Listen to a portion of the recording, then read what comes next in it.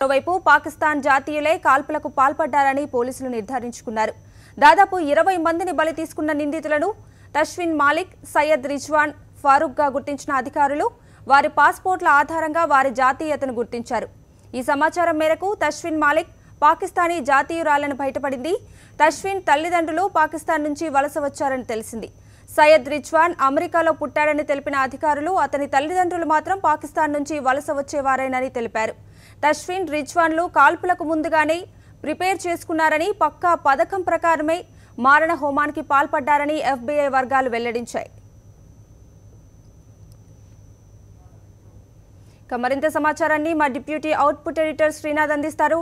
శ్రీనాథ్, చెప్పండి, అమెరికాలో కాల్పులకు పాల్పడి 18 మంది ప్రాణాలు బలిగొన్న దంపతుల ఘాతుకం వెనుక తామున్నామని ఐసిస్ ప్రకటించడాన్ని ఎలా అర్థం చేసుకోవచ్చు అంటారు?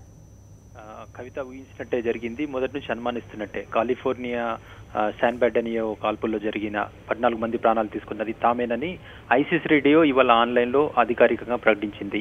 మా దగ్గర ట్రైనింగ్ తీసుకున్న వాళ్ళే ఈ ఘాతుకానికి పాల్పడ్డారు, మేమే ప్రోత్సహించాం, అమెరికన్లను చంపాలని మేమే చెప్పాము, మేమే సూచించాం, వాళ్ళకి కావాల్సిన శిక్షణ అందించాం, అలాగే వాళ్ళకి కావాల్సిన పేలుడు పదార్థాలు కానీ తుపాకులు కానీ మేమే అందించామని అధికారికంగా ఇవాళ ఐసిస్ తన ఆన్లైన్ రేడియోలో వెల్లడించింది. ఇదే విషయాన్ని అధికారికంగా బీబీసీ నుంచి వస్తున్న రైటర్స్, అమెరికా రైటర్స్తో పాటు బీబీసీ కూడా ఇదే విషయాన్ని ధృవీకరించింది.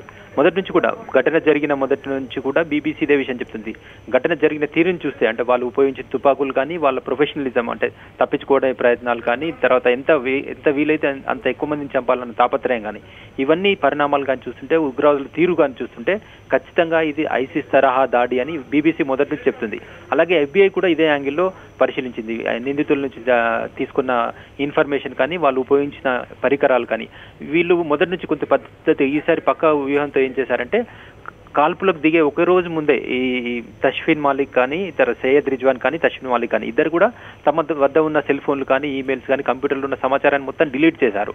డిలీట్ చేసిన తర్వాత నెక్స్ట్ డే ఈ దాడులకు పాల్పడ్డారు. అంటే తమ వెనుక ఎవరున్న దానిపై చివరి క్షణం వరకు ఎలాంటి ఉప్పు అందకుండా జాగ్రత్త పడ్డారు. అయితే ఇవాళ ఐసిస్ అధికారిక రేడియో చెప్పిన దాన్ని బట్టి వాళ్ళు ఇటీవల ఒక 6 నెలల కింద సౌదీ వెళ్తున్నామని చెప్పి సౌదీకి రావడం, అక్కడ నుంచి పాకిస్తాన్ లేదా ఆఫ్ఘనిస్తాన్ లేదా సిరియా, ఈ 3 ప్రాంతాల్లో ఎక్కడో ఒక దగ్గర కావాల్సిన శిక్షణ, తర్వాత తుపాకులు ఉపయోగించడంలో ట్రైనింగ్, ఈ పూర్తి జాగ్రత్తలు తీసుకుని ఉండొచ్చన్న ఒక అనుమానాలు పూర్తి స్థాయిలో ధృవీకరమవుతున్నాయి.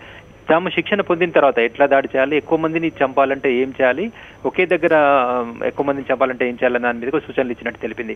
అట్లాగే ఈ జాతీయ వికలాంగుల దినోత్సవం సందర్భంగా అక్కడికి వచ్చిన చాలా మంది మన క్రిస్మస్ వేడుకల కోసం వచ్చిన వాళ్ళని టార్గెట్ చేసుకుని దాదాపు 150 రౌండ్ల గన్ ఫైర్ జరిగింది. అయితే అదృష్టవశాత్తు కేవలం 14 మంది మాత్రమే ఈ దాడిలో చనిపోయారు, 21 మంది గాయపడ్డారు. ఆ తర్వాత ఆపరేషన్లో ఒక పోలీస్ అధికారి గాయపడ్డారు, తర్వాత కోలుకున్నాడు. మొత్తం మీద ఇది ఐసిస్ అనే వెల్లడి కావడంతో అమెరికాలో కొంచెం ఆందోళన తలెత్తున్నాయి.